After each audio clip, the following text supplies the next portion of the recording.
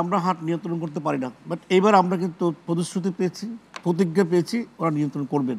আমি বিশেষ করে আমি কুমিল্লার ডিসিকে বলছি ইরেটগঞ্জের হাট রাস্তায় আসবে না, উনি কথা দিয়েছেন আমি হাট আসবে না রাস্তায়। কুমিল্লাতেই কিন্তু সবচেয়ে বেশি হাট আছে, মানে এই কুমিল্লা পাড়াতে গেলে ইরেটগঞ্জের কিন্তু গুরুত্ব একটা বড় হাট, কিন্তু আমাকে কথা দিয়েছে আসবে না, আমি কথা কি রাখতে হবে, বছর কথা রাখবো। নিমসার হাট, এটাকে সে কোনো চ্যালেঞ্জ মনে করছে না। আমি না, এটা রাস্তার সাথে, কিন্তু আপনি কিভাবে বলবেন প্রতি বছরই ওনারা মনে করেন আসলে আমরা ম্যানেজ করতে পারবো, এবছর তারা হয়তো প্রস্তুতি নিচ্ছে সেভাবে। তারপর চান্দাইগোনা হাটটা আমি প্রশ্ন করলাম, চান্দাইগোনা হাট ডিসি বগুড়া এবং ডিসি সিরাজগঞ্জ তারা আমাকে নিশ্চয়তা প্রদান করেছেন যে এবার তারা ব্যবস্থা নিচ্ছেন। আসলে কি দিন দিন ব্যবস্থা একটু উন্নত হচ্ছে, সবসময় কিন্তু সব জেলার অ্যাডমিনিস্ট্রেশন কিন্তু এক ধরনের হয় না। আমি তো এবার ফরিদপুরের ডিসি সাহেব, কিন্তু মালিগাঁও হাটটা বড় হাট, এই কয়টা হাট কিন্তু আমাকে একটু সমস্যার মধ্যে ফেলে।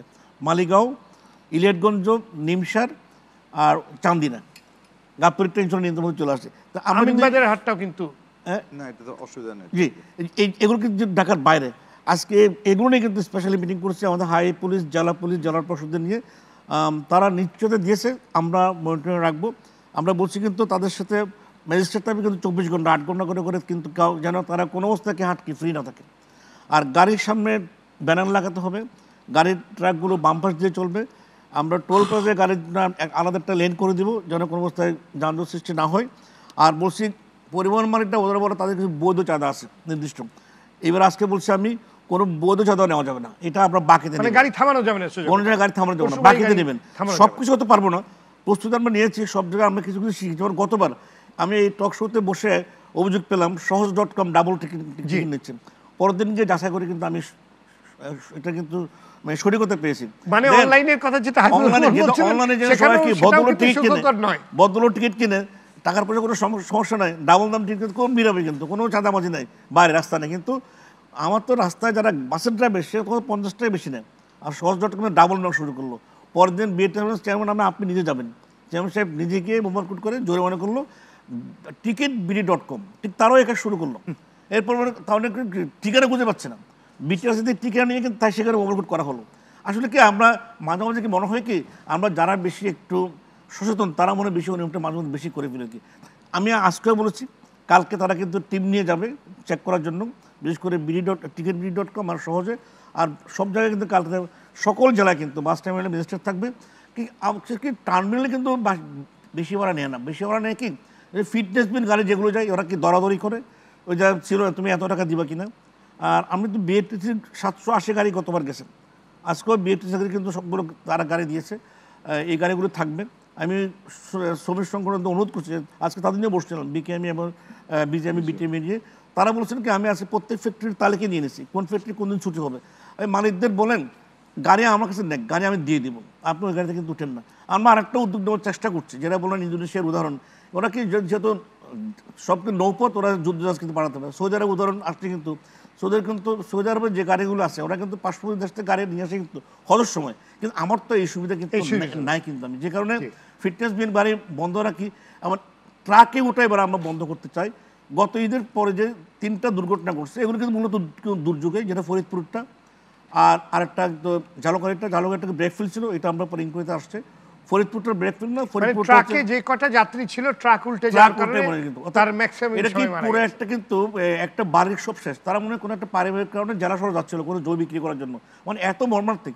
পরের দিন দেখেন একটা মোটরসাইকেলে পুরো একটা ফ্যামিলি শেষ, 2জন মা বাপ 2 বাচ্চা। কিন্তু আমি অনুরোধ করবো সবাইকে মোটরসাইকেলে আপনার 2জন যান, আমি আপনার তো আমরা তো বন্ধ করছিলাম, আপনার সবার দাবিতে এটা আমরা আবার চালু রেখেছি, আপনার 2জন যান হেলমেট পরে যান, আর নো হেলমেট আমরা নো ফেল, এটা সব জায়গায় কার্যকর করার জন্য। আরো ভয়ঙ্কর ব্যাপার আছে মোটরসাইকেলে, শুধু বাচ্চা কাছে দেখবেন দুপাশে মোটামুটি বেডিং 2টা কিংবা বড় বড় 2টা ব্যাগ ঝুলিয়ে দিয়েছে, এটা আরো ঝুঁকিপূর্ণ। এবারে পুলিশ কাজ করছে, আমরা কিন্তু গ্যাজেট বিজ্ঞপ্তি আমরা করে দিচ্ছি যেন কোনো জেলায় নো হেলমেট নো ফেল যদি কি এনশিওর করে।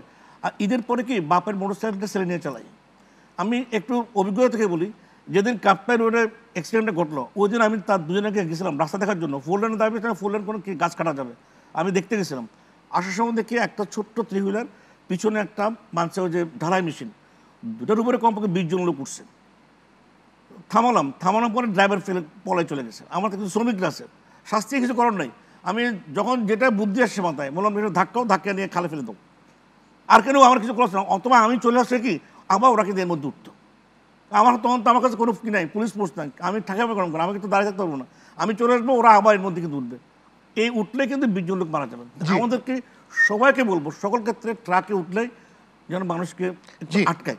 জি, পদ্মা সেতু তো যাই হোক, আপনি বললেন যে এটা একটু ব্যবস্থা নেবেন যাতে সবাই আপনার ওই ডিজিটাল কার্ডটা পরিষ্কার একদম বড় করে লেখা সিটিসি আর মেঘনা গোমতী কিন্তু আমার কিন্তু আপনার হানি ফ্লাইওভার নিয়ে আজকে সভা করছি, ভয়াবহ আপনার যানজট হয়। আজকে হানি ফ্লাইওভার আমরা সভা করেছি, হানি ফ্লাইওভারের আসলে কি যখন ঢাকাতে গাড়িগুলো চলেনে ঢুকে গুলিস্তানের পরে কিন্তু একেবারে এটাকে টু লেন বলা যাবে না, কিন্তু একেবারে টু লেনের চেয়ে একটু ছোট, এর মধ্যে গাড়িগুলো যায়। তা আজকে সিদ্ধান্ত এসে জ্যাম হলে ওরা বার উঠে দিবে, ওরা মোবাইল টিকেটার রাখবে, ওরা বিভিন্ন কালার করে দিবে, অর্থাৎ বার ছাড়া তারা গাড়ি ছেড়ে দিবে।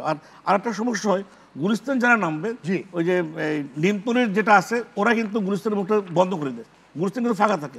এবার গুলিস্তানে তারা একদম পুরোটা মেসেজ দিয়ে রাখবে, এবং গুলিস্তান থেকে যেখানে লাইনটা নামবে তার ঠিক 1 কিলোমিটার পর্যন্ত তারা পূর্ব দিকে ওরা ওই যে স্টিলের সিমেন্টের ব্যারিয়ার দিয়ে ওরা একটাকে বেরিয়ে দিয়ে দেবে, যেন এটা এই মূলত জামটা হয় ওই জায়গায় গুলিস্তানে যারা নামবে তারা আর যারা নিমতলে যাবে, কিন্তু এটা নিয়ে একটা ব্যবস্থা। আর এই যে ইদানিং যেটা দেখা যাচ্ছে যাত্রাবাড়ি থেকে কিন্তু একেবারে কমলাপুর পর্যন্ত মানে পুরো বাম্পার টু বাম্পার, মানে গাড়ি আর মুভ করে না।